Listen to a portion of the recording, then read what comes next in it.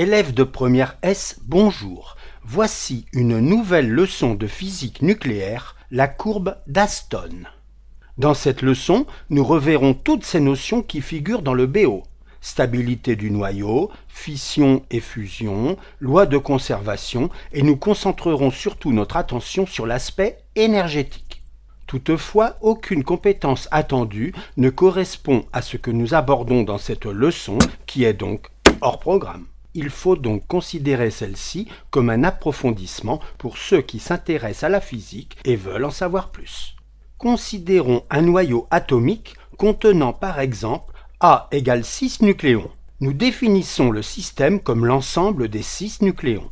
Envisageons alors de séparer les nucléons un à un. Il faut dépenser une énergie considérable E1 pour extraire le premier nucléon, puis encore une énergie énorme E2 pour le suivant. Et ainsi de suite, on dépense des énergies extrêmement grandes E3, E4, E5 pour extraire les nucléons suivants. Comme le dernier nucléon est seul, il n'y a plus d'énergie à dépenser pour le séparer de quoi que ce soit. Et nous notons E6 égale 0. Le système, dans l'état final, est constitué de 6 nucléons dispersés, alors qu'il était constitué de 6 nucléons groupés sous forme d'un noyau dans l'état initial.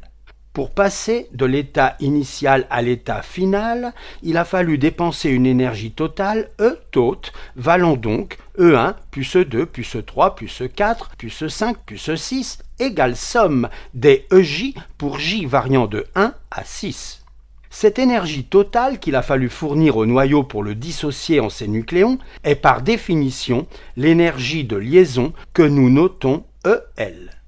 Dans le cas général où A prend une valeur quelconque et non plus forcément 6, on a EL égale E tot égale somme des EJ pour J variant de 1 à A.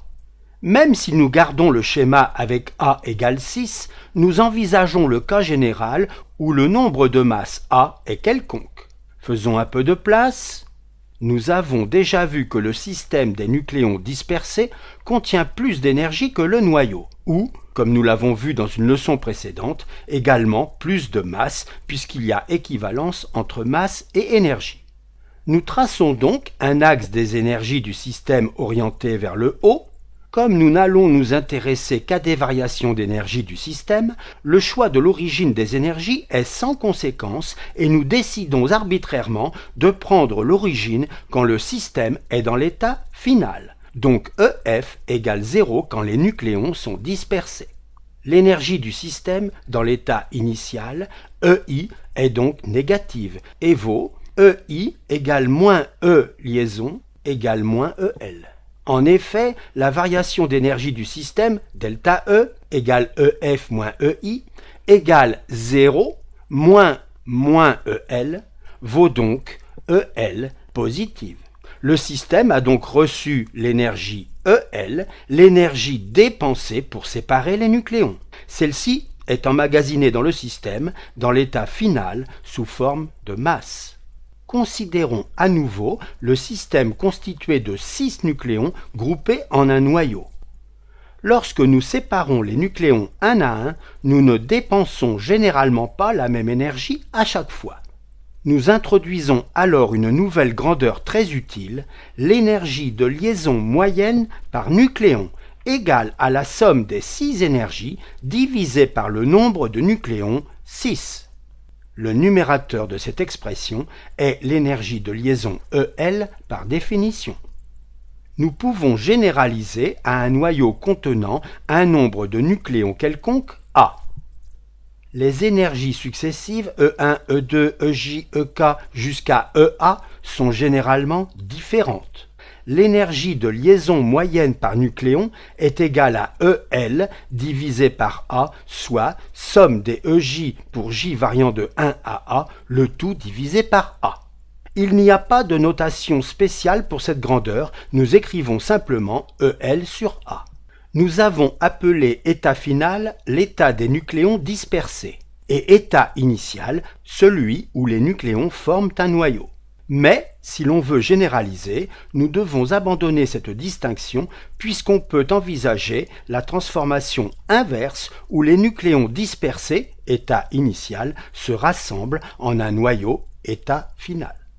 Lorsque le système est dans l'état de nucléons dispersés, nous continuons de choisir arbitrairement nulle son énergie que nous notons E indice nucléon, sous-entendu dispersé. Lorsque le système est constitué des nucléons groupés, son énergie, notée E indice noyau, est négative et vaut moins EL. Considérons le système constitué de A égale 6 nucléons groupés. Ajoutons le diagramme d'énergie du système tel que nous venons de le définir et intéressons-nous maintenant à l'énergie du système par nucléon. Alors, en ordonnée, au lieu de E, nous aurons E sur A. De même pour l'énergie par nucléon des nucléons dispersés qui reste nulle. Et l'énergie du noyau par nucléon donc divisé par A égale 6 pour ce noyau. Puisque l'énergie de liaison dépend du nombre de nucléons dans le noyau, nous précisons qu'il s'agit du noyau à 6 nucléons en mettant un petit indice 6. De même, le noyau constitué de A égale 12 nucléons a une énergie par nucléon égale à E noyau 12 sur 12 égale moins E liaison 12 divisé par 12. Et même chose pour un noyau quelconque, par exemple ici A égale 20. Désormais, pour simplifier la représentation du noyau, celui-ci sera représenté simplement par une sphère bleue cyan dont la taille augmentera avec le nombre de nucléons. Ce que nous venons de faire avec 3 noyaux contenant A égale 6, 12 ou 20 nucléons, nous pouvons l'envisager pour toutes les valeurs de A allant de 1 à 240 en abscisse. En ordonnée, nous avons toujours l'énergie par nucléon du système constitué de A nucléons, mais nous précisons les valeurs numériques en MeV par nucléon.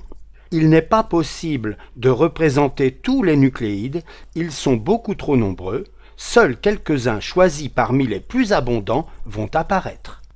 Voilà le minuscule noyau 1H constitué de A égale un seul nucléon, un proton, et dont l'énergie par nucléon est nulle puisque le nucléon est tout seul. Pour l'isotope 2H, un proton, un neutron, l'énergie par nucléon est moins grande. Avec une énergie par nucléon qui diminue à nouveau, voici 2 noyaux contenant tous deux A égale 3 nucléons. Comme les énergies sont légèrement différentes, on en déduit que la nature des nucléons constituant le noyau, un proton, 2 neutrons pour l'un et 2 protons, 1 neutron pour l'autre, a une petite influence. L'énergie par nucléon de l'hélium 4 diminue énormément pour atteindre une valeur très basse. Cette énergie remonte ensuite jusqu'au lithium 6 et, pour des noyaux toujours plus gros, l'énergie par nucléon continue de diminuer, plus lentement toutefois, jusqu'au fer. Signalons dès maintenant, et c'est une loi générale en physique, qu'un système est d'autant plus stable que son énergie est faible. Noyau stable signifie que le noyau reste longtemps dans son état car il est très difficile, autrement dit, il faut beaucoup d'énergie pour lui enlever ou lui rajouter des nucléons. Le noyau de fer 56, qui a l'énergie par nucléon la plus faible de toutes, est donc le nucléide le plus stable de la classification. Après le fer, les noyaux plus gros ont donc des énergies par nucléon qui augmentent. Nous pouvons maintenant construire le graphe énergie par nucléon du système de A nucléon en fonction du nombre de masses A, c'est-à-dire la courbe d'Aston. En le noyau d'hélium 4, vous avez peut-être reconnu la particule alpha, dont nous avions déjà mentionné la très grande stabilité dans une précédente leçon. Ainsi, nous comprenons un peu mieux la valeur très basse de l'énergie par nucléon de ce noyau qui apparaît comme une anomalie puisqu'on l'attendait plutôt ici. Toujours à gauche du fer, du côté des petits noyaux, nous remarquons une certaine stabilité des isotopes carbone 12 et oxygène 16. On observe également une diminution toujours plus lente de l'énergie par nucléon. On peut avoir une intuition du phénomène si l'on songe que quand on rajoute un nucléon à un noyau en contenant très peu, par exemple 2, on modifie beaucoup le noyau en passant de 2 à 3 nucléons, beaucoup plus que quand on passe de 54 à 55 par exemple. À droite du fer, du côté des noyaux lourds, l'énergie par nucléon augmente régulièrement. Le processus, qui consiste à casser des noyaux lourds pour en faire des plus petits, est appelé fission nucléaire. La fission nucléaire fournit beaucoup d'énergie. C'est elle qui est mise à profit dans les centrales nucléaires du monde entier. Sur la photo, vous voyez la centrale de Gravelines dans le nord de la France. C'est la centrale la plus puissante du pays avec ses 6 réacteurs de 900 MW chacun. Le processus qui consiste à lier entre eux des noyaux légers pour en faire des plus lourds est appelé fusion nucléaire. La fusion nucléaire n'est pas utilisée sur Terre car malgré les recherches en cours, on ne sait pas la contrôler. Nous ne savons pas contrôler la fusion nucléaire. Mais les étoiles, elles, savent. Toutes les étoiles sont de gigantesques centrales nucléaires exploitant la fusion. Considérons une des réactions de fission nucléaire possibles dans le réacteur d'une centrale. Cette fission fournit environ 200 mégaélectronvolts. Voyons si nous pouvons retrouver cette valeur à l'aide de la courbe d'Aston. Nous définissons le système comme l'ensemble des 236 nucléons. Dans l'état initial, les nucléons se répartissent en un noyau d'uranium contenant 235 nucléons et un neutron seul. Dans l'état final, en 2 noyaux de 140 et 94 nucléons et 2 neutrons séparés. La variation d'énergie du système, delta E, est égale à l'énergie finale moins l'énergie initiale, c'est-à-dire énergie finale, énergie du noyau de xénon, plus celle du noyau de strontium, plus celle des 2 neutrons, moins énergie initiale, énergie du noyau d'uranium et du neutron. L'énergie du neutron seul est nulle, ainsi que l'énergie des 2 neutrons dissociés. Nous pouvons alors supprimer ces termes dans nos calculs.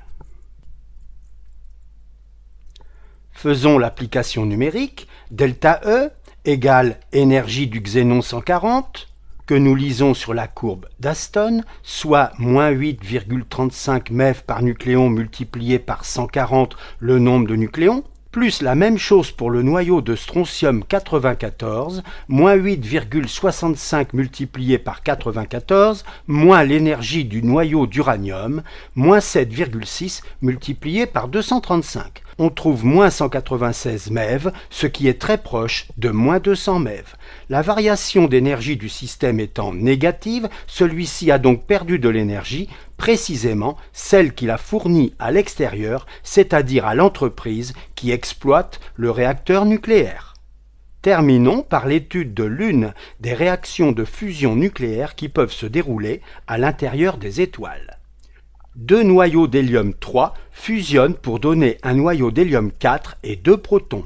Cette réaction fournit environ 12,9 MeV. Si vous pensez que c'est peu par rapport aux 200 MeV précédents, n'oubliez pas de comparer aussi le nombre de nucléons mis en jeu. 236 pour obtenir 200 MeV et ici seulement 6 pour obtenir 13 MeV. Nous nous proposons de retrouver cette valeur de 12,9 MeV en utilisant la courbe d'Aston. Nous définissons le système comme l'ensemble des 6 nucléons.